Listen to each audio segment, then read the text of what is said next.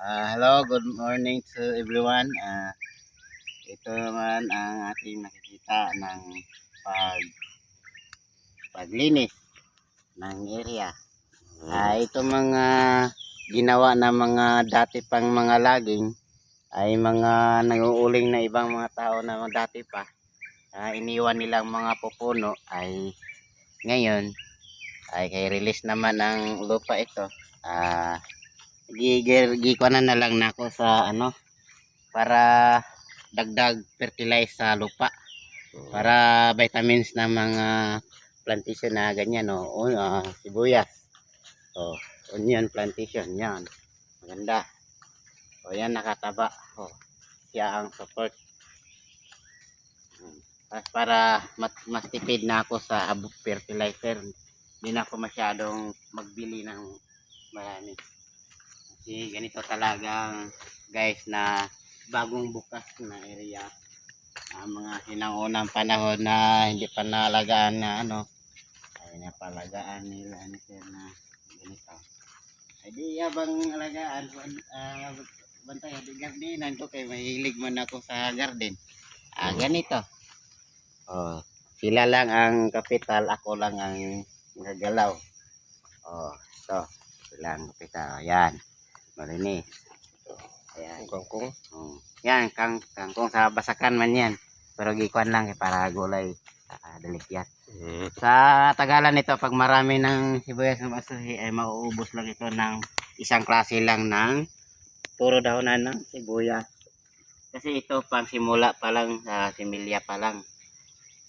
Ngayon, ang linis, para hindi sayang linis, taniman ko na iba-ibang klaseng mga gulay.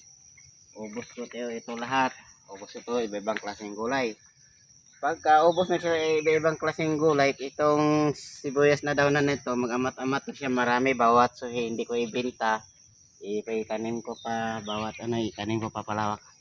Hanggang maubos, maamat-amat, unti na lang maiwan, unti na lang akong gulayan. Para ito na sibuyas ang magparami na. Bali ito sir, ano nyo yan, tatanggalin nyo yan yung mga tuod na yan. Yung mga sinandati na tatanggalin yan Medyo para mag-vitamins na lupa. marami-rami pa sir Oo. Tingnan natin yung mga tatanggalin pa ni Kuya Albert, no? Mga tuod yan. Yung mga laging, Mga dating dati. pinaglagingan. Kasi mga dati na pong naputol yan. Kaya inaano na lang, tinatanggal na lang para at least, ito, yan, mga ano po yan, no? Marami kasing Para tuod hindi dito. tayo masudsod at saka daming purpose yan. Maka-support pa ng vitamin. At saka hindi tirahan ng mga anay. Kasi yan pag hayaan, tirahan ng mga anay. Ayun naman sa mga gilid, yan mga binuldusan sa mga laging dati. Yung pag-ayos ng kalsada. Oo, mga laging dati, mga sinanguna. Yung mga balagbag lang, arrange ko na lang dyan. Ano to, mabubuhay pa ba to? Ayan, mabuhay pa yan. Yan, nawak ko yan kasi yan ang pinya na masarap yan. Hindi ito siya nagbunga dahil maraming mga siyempre, mga kasukalan. Ngayon, malinis na, makikita mo sa susunod. Ganito mga patay na nga kahoy na mga dati pa. Ngayon, para magdagdag fertilize dito sa lupa at saka maalis ang mga insecticide, kasi dito ang insecticide ay madami dito mga insekto. Pag gabi, mosquitoes, kailangan bawat gabi may apoy para mosquitoes ay mag-alis. Marami pang tumutunog ng mga ibon-ibon dito, no? Marami pa. Kasi may mga tanim, ang tanim lang dito nila ay mga paper tray, yung dyan sa kapitbahay, at saka dyan malinis na dyan kay gardinan dati. At saka mga iba pa mga sinanguna ulingan na. Ito lang ngayon nagalaw kasi may kapital naman. Dito naman ako nagtira ng area here na para malinis area niya dito, kay gibakod na niya. Habang gibakod, gardinan ko na lang para mapakinabangan pa na kuan. Kasi gardinan ko na lang kay wala naman yung mga di maganda na lang na may tanim. Yan na lang ang kuan. Ito na lang ang project ko dito sa Palawan. Yung iba dyan na palayan, ang ito lang hindi lang gikuan para ako na walan. Kaya, Medyo kaya malamig naman dito, no? Malamig, no? malamig. Mga ganitong panahon, malamig. Hindi naman lahat panahon na malamig dito at saka pag March to April, mababang init. Sa may init din sa mga August. Ganoon. Ito. Okay. Yan, Sige, mga lagi. siguro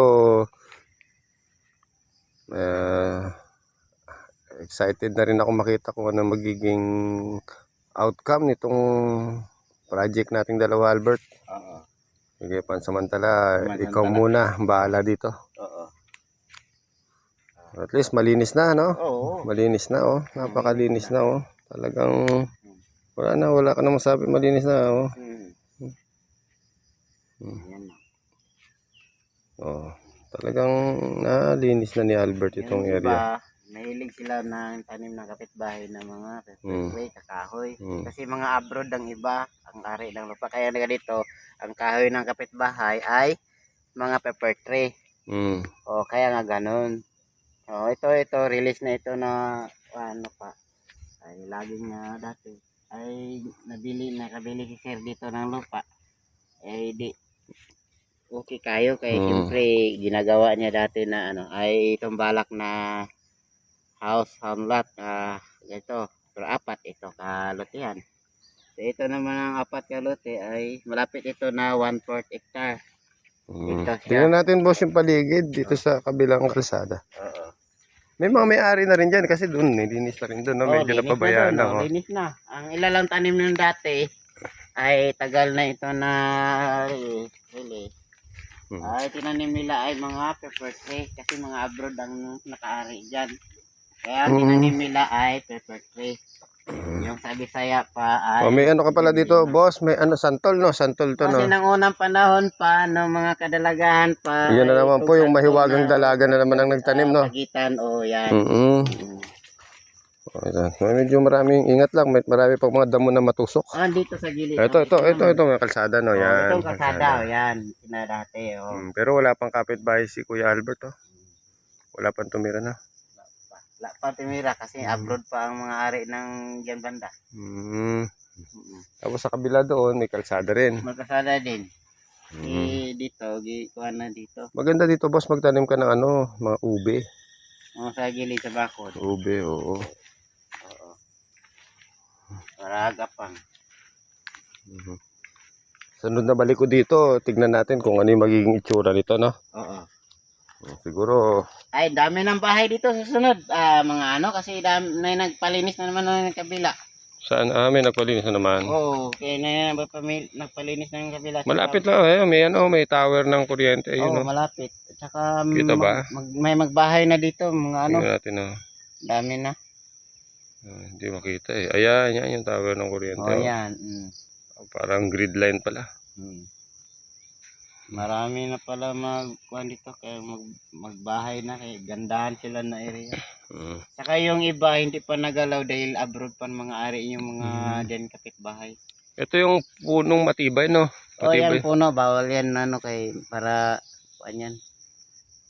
Pagitan. Buti na hindi nila giuling yan. Napaka dito, no? Maganda. Meron ka palang 3 mangga dito, no? 3 mangga. Ayan, ingatan yan. Linisan yan. Dalawa. Mga luma ng sangap ang bawasan. Kasi kinakain ng anay ng yung gitna ng ano niya. Parang kalawang. Yan na. Yan siya, linis. Yan. Okay.